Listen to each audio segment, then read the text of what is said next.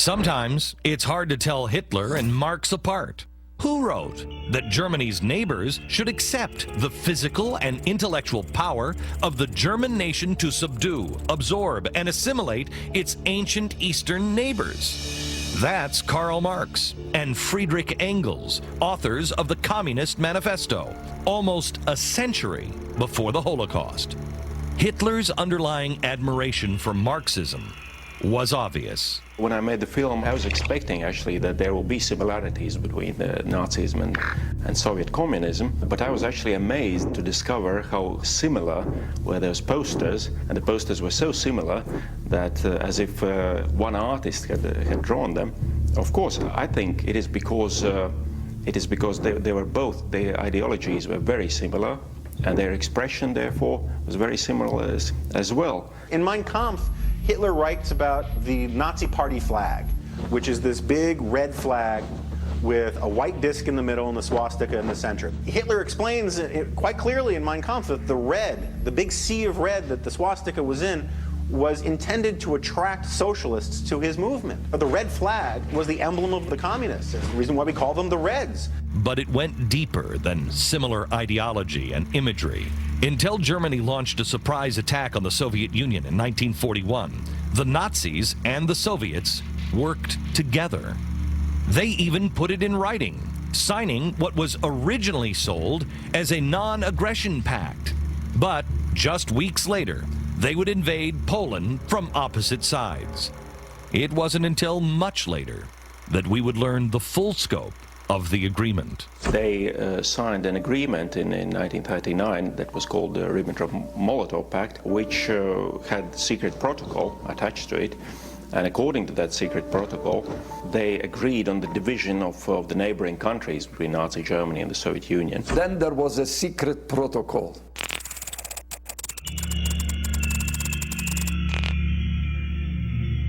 Which essentially divided Europe into two spheres of influence between Hitler and Stalin.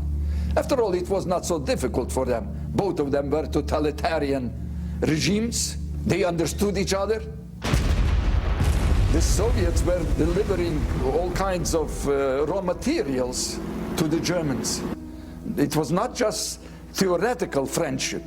An aspect of their collaboration was the mutual exchange of prisoners. Basically, German communists and Jews, they fled to the Soviet Union in order to be safe. The Soviet Union sent them back to the Gestapo. And many of them, of course, were killed there and perished in the Nazi concentration camps. But is this just a story of brutal, iron-fisted dictators? Or something inherent in the philosophy? The fathers of communism, Marx and Engels, believed that societies would evolve from capitalism to socialism. But they acknowledged that there were still what they called primitive societies that hadn't even evolved into capitalist yet. They called them racial trash. As the revolution happens, the classes and the races too weak to master the new conditions of life must give way. There was only one thing left for those too far behind in the process of societal evolution. The chief mission of all other races and peoples, large and small, is to perish in the revolutionary Holocaust. Up until the horrors of Hitler, prominent socialist supporters discussed these ideas out in the open. Nobel Prize winner, Fabian socialist, and prominent Soviet supporter, George Bernard Shaw. I don't want to punish anybody, but there are an extraordinary number of people whom I want to kill. I think it would be a good thing to make everybody come before a properly appointed board, just as he might come before the income tax commissioners, and say every 5 years or every 7 years, just put him there and say, sir or madam, now will you be kind enough to justify your existence?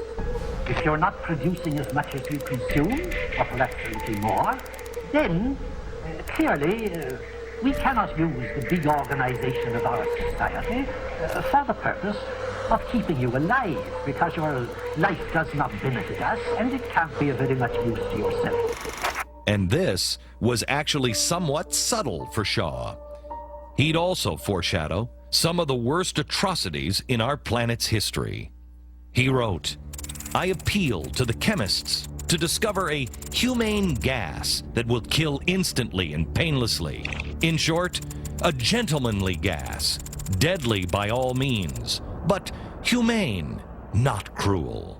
People like George Bernard Shaw were convinced that overpopulation was this terrible, terrible problem, particularly because the unfit, the genetically less desirable, were swamping the good genetic types. In the late 19th century, there are almost the cream of British intelligentsia embracing eugenics well into the early 20th century, saying that thousands, millions had to be marched off into gas chambers and liquidated. George Bernard Shaw has this great line where he says, we should do it while playing lovely classical music as we march them into the gas chambers. The idea, a lot of people seem to think that this concept of the gas chamber as a tool of social policy was invented by the Nazis. It wasn't. It was, and I mean this in the most disgusting, evil way, it was perfected by the Nazis. But this idea of using things like gas chambers to kill off millions of people so that the rest of the good guys could prosper and move to the sunny uplands of history was immensely popular. All of these systems are based on the idea that we know better. If the little people get in the way of our plan, well, first we'll go around them, and then we'll destroy them. This arrogance always ends exactly the same way. One of history's worst examples, the genocide you've never heard of. Next.